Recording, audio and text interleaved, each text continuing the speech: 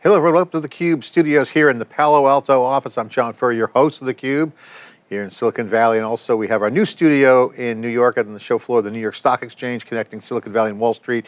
And today we are going to celebrate theCUBE's Tech Innovation Cubed Awards, where we are celebrating the winners of our inaugural program.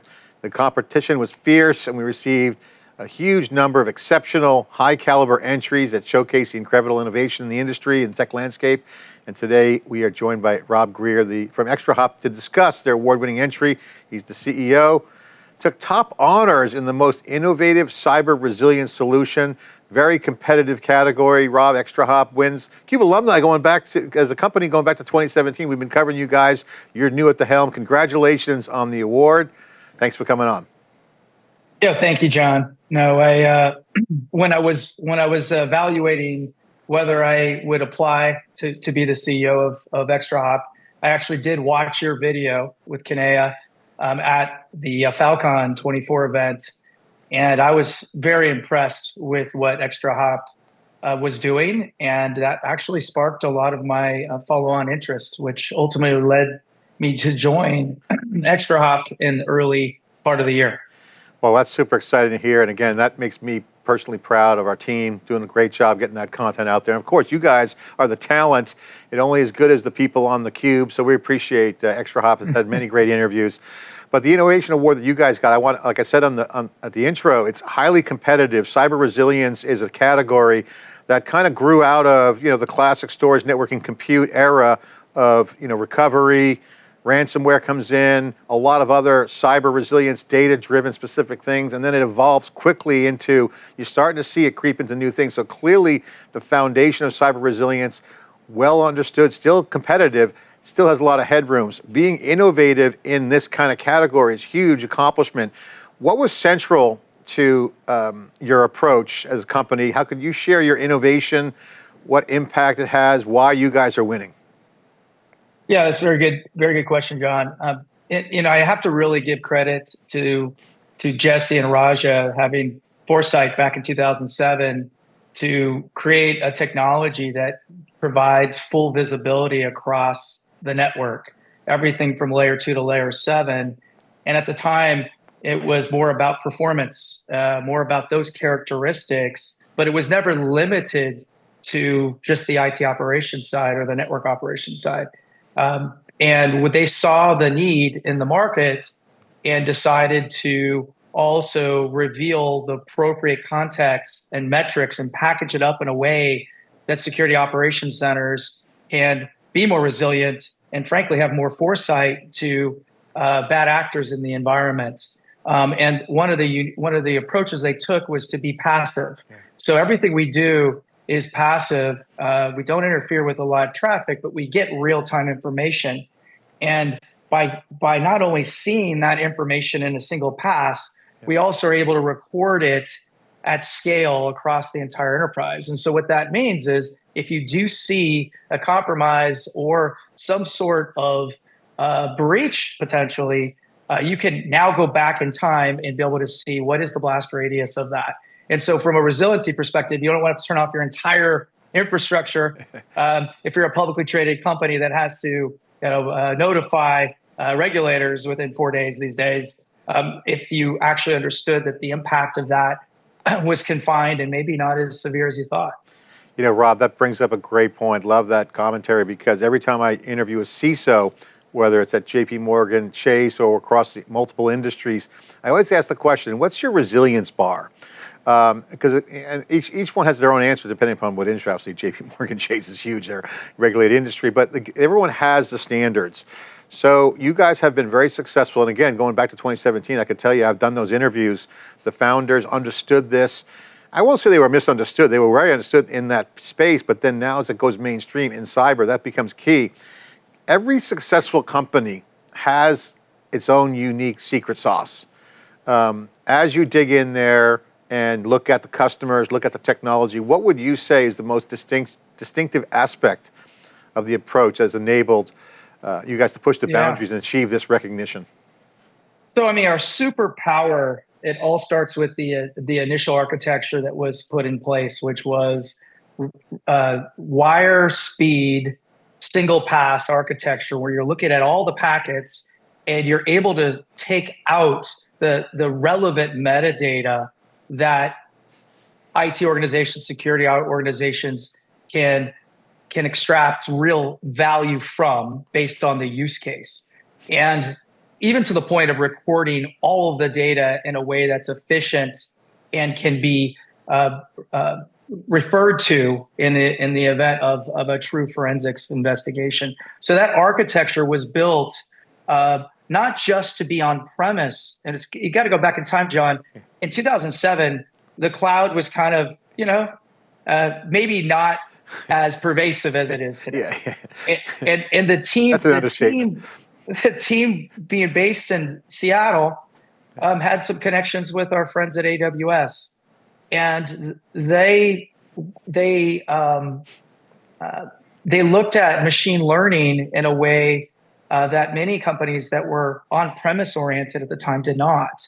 And in fact, we have over 40 patents around AI and machine learning that they always saw a need to do a lot of the correlations, the analytics in a cloud environment, and then enrich the sensors that would have been on premise at the time. And so as we've evolved to a hybrid cloud, multi-cloud world, the architecture led itself to that scale out. And so today, if you look at our RevealX platform, it can be placed in many different places, physically on physical appliances, on virtual appliances, V-tapping into the big hyperscalers, or even in their proprietary Kubernetes apps that they're building themselves. So it is that vision of thinking about seeing the network wherever it is, whether you control the network or don't, is the secret sauce. Initially, architecture, and then secondly, to be able to take that and then wrap it up in a way that people could do something with it. There's so many alerts coming at the security operations and network operations teams today. What do they actually look at? And if they do look at it, can they do anything with that information? And so they had that foresight. And most recently, last year, we delivered a lot of innovation around multi-featured sensors. So today, we call something called modern NDR. It's the combination of network performance management, network detection and response, intrusion detection, as well as packet forensics, to be able to do that in one sensor and be able to do that in many different locations across a hybrid network gives that efficiency and that broad 360 view that no one in the market can touch.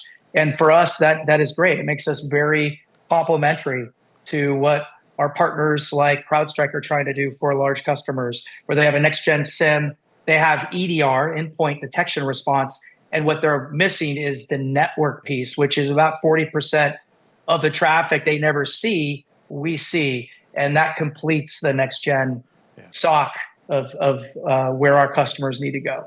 I love that integration story, love that whole package of that efficiency.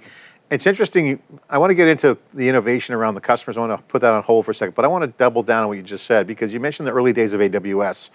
And if you think about what happened after that, which was essentially how you guys built that value proposition, was cloud was horizontally scalable, right? You mentioned as it got more everywhere, now multi-cloud, that horizontal basis is now what we're seeing today. Distributed computing, cloud operations is what people are doing. Okay, great. CISOs are using it now for cybersecurity. It's great. But if you look at AI right now, AI needs that same horizontal scale for data, but yet the specialty in the domain expertise in the software. So you have now the confluence of that horizontal scale and the domain-specific data in applications kind of threaded together. So as you guys do this down here, it's getting smarter up here at the top. So what's your insight on that piece? Because I think this is where the puck is going. Love to get your thoughts on how you see that. Well, so AI, machine learning, I mean, first off, they've been around. These have been terms that have been around for a long time. We got to thank our friends, at OpenAI for created the killer use case a few years ago, right? That has really accelerated things. The way we see it is Gen AI as a use case for modern SOCs allows someone who's not as sophisticated and knowing all the bits and bytes. Been around as long as I have, or you, John. No offense, but we've been around a while, right? Yeah, it's true. You can't remember when I start talking about people that was working at ArcNet and pre Ethernet. There was no open source when we broke into the business. This proprietary software, open Correct. source, what? Free software? I have kids who say, "Dad, you had to what? You had a phone connected to the wall." So today, our job is to not make the prior generations deal with the pain and complexity of the past, right? So Gen AI allows us to use regular language to ask questions. And now you still have to ask the right questions to get the right results. And so in the case of our incorporation of Gen AI, it's how do we make our customers use our platform in a simpler way? And then if you take it up one degree to the integrations with CrowdStrike or our friends at Netscope or others, and it just so happens that the customer's using their infrastructure to drive the question, how do we nicely tie into that in a elegant way and context? And so for us, Gen AI is very much a generation changer, but specifically, how do you make it relevant to your customer? And for us, it's about very short windows. We're talking hours that our customers have a chance to figure out, okay, when there is some sort of a known ransomware or known a bad actor with some interesting activity, indicators of compromise or threats, how quickly can you figure out where that is and how much of a impact that could have more broadly in your organization? That is our job, to minimize impact. And to do that, you have to use these new technologies. But at the end of the day, let's be honest, it's not going to solve world hunger, right? You still have to do the basics. You have to patch. You have to scan for vulnerabilities. You have to do, how many CVEs are out there from 2009 still getting exploited, right? So the basics still apply. Well, I'd love to do a segment with you guys on AI for security and security for AI, because that's been a hot area in networking for AI, and AI for networking. There's a lot of use cases there, but we don't have enough time. Definitely would pick that up. Again, so much innovation going on there, and again, you guys doing a great job. Let's get into the product side and the customer, because one of the things about these award programs, and you guys have been cubed, as we say, with the new awards, is case studies. So your product has been recognized for the innovative approach on cyber resilience as an innovator. Could you walk us through the specific example of the customers using the solution to solve the problems that weren't possible or practical to address even before? What was the key case studies that jumped out from this award? Yeah. So what you're seeing is a trend. First off, we have if I back up for a moment, we recently did a press and release when I was when I became the CEO. As part of that, we talked about the prior year, and we did over $300 million in bookings. We have over $41 million plus annual recurring revenue customers. So this company has done quite well, and particular around the Fortune 100. We have about a quarter penetration in that Fortune 100. We do focus a lot in highly regulated, globally distributed hybrid infrastructure. So companies that have a legacy infrastructure, but they also have adopted a lot of new modern new applications and tend to be in two or more hyperscalers. So that is the complexity, and they're dealing with the combination of a network operations team and a security operations team, and they all need to be coordinated. So the biggest trend we saw last year was consolidation of what I would call traditional legacy point product capabilities and moving to our platform. And some of them were existing network performance management with us for years that we have moved over into the security realm by creating connections within their own organizations many times. But there's several of them that were not existing ExtraHop customers where we just went in with a security value proposition. And what that is these customers tend to not be able to get visibility across devices they can't put agents on, okay? And they also have been historically using dedicated solutions for intrusion detection, packet forensics, even asset discovery, think IoT, OT. And so if they could bring in a solution that gives real-time visibility of what's actually going on at the moment across their entire network, enrich that to their security operations center while retiring existing investments in IDS, packet forensics, network performance management solutions that might have already been in place, and maybe even into some of those critical physical system solutions that you might hear about in the world. That is what we're seeing. So you got consolidation and then net new customers coming in straight up. What's the consolidation pain point? How critical is it? Are they like the house on fire? They're burnt out in terms of like work. They've got too many tools to manage. Is it actual technical performance? What would be the key things that get people to be less indifferent and be like more urgent? Yeah. Well, okay. There's two primary reasons. One, the actual technology is getting zero innovation, and there's no other option. Like right now, they're stuck with an old legacy company that's not doing any incremental innovation work. They may even be behind in certain areas, and then they're raising the price all the time. So that could be one, and that's not, believe it or not, that's common. And then the second is the swiveling the chair between the consoles requires a certain sophistication of your security operations personnel. And the best SOAR products in the world are not going to be able to fix that alone. And so what you need is good data that's already correlated across the domain of network. Give that to the security operations personnel so they don't have to go and do their own coordination, but a correlation between those technologies. I mean, look at what's happened in the endpoint side. EDR at first was a feature, but then it ultimately subsumed the endpoint protection platform category. And so there's been a lot of consolidation on the endpoint side that needs to happen on the network. It's just taken too long. And I'm talking about east-west communications. This is not replacing a firewall. This is replacing the communications, the type of detections that are going on inside the organization's networks. So no innovation, a lot of context switching on the personnel. That's overhead. Correct. That's taxing on the human side. Talk about performance. A lot of folks will say, hey, love sounds great, but is there overhead involved? What's the performance of this? What does it do for me? Does it make things go faster? Any angle on that? Well, first off, I mean, you've been working with ExtraHop for a while, so you understand our DNA is performance. The two founders came from F5, back in the early 2000s. I mean, that's what we thought about from the beginning. And reality is you can't separate network operations data from security data. Anyone who tells you that is not probably that educated in cyber.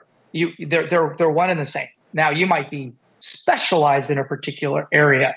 The thing that we've always done is we've looked at all the context versus just security-oriented context. And the reality is there's certain behaviors where certain devices or hosts are communicating more frequently than maybe normal, or there's so much traffic that's being sent on an egress or ingress that you're not normally expecting, or it's from a different location.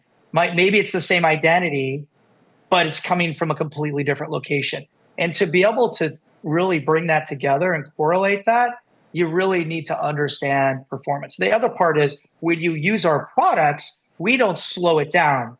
And the reason for that is, one, we're not in line, we're passive. Two, we have the best performance characteristics of anyone in the market. So we're talking 100 megabits per second, throughput or gigabit, sorry, not 100 megabits, sorry. I'm talking about hundreds of gigabits per second throughput, and being able to also take into account many of these customers are going to 400 plus, okay, east-west traffic.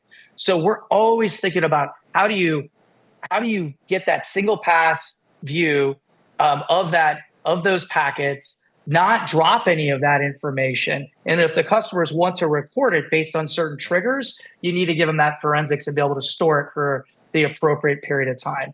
And so that's always an innovation area that we're always on top of. And our networking friends and our hyperscaler friends are always trying to push us even further to have to keep up with those performance metrics. But east-west traffic is where many companies that try to compete in our space will fall down because they simply can't keep up with the performance of today's modern networks. Well, you got to be resilient, which you guys are, but you got to be fast. No one wants slow resilience. Yeah.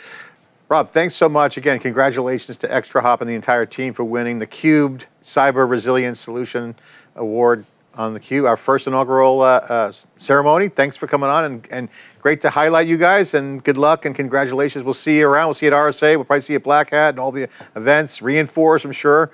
You guys will be there. So again, congratulations and thanks for coming on. Thank you very much, John. I really appreciate being on your show. Okay, I'm John Furrier here in the Palo Alto studios for the Tech Innovation CUBE Awards. ExtraHops have been cubed with the Cyber Resilience Award winner for the innovation. Thanks for watching.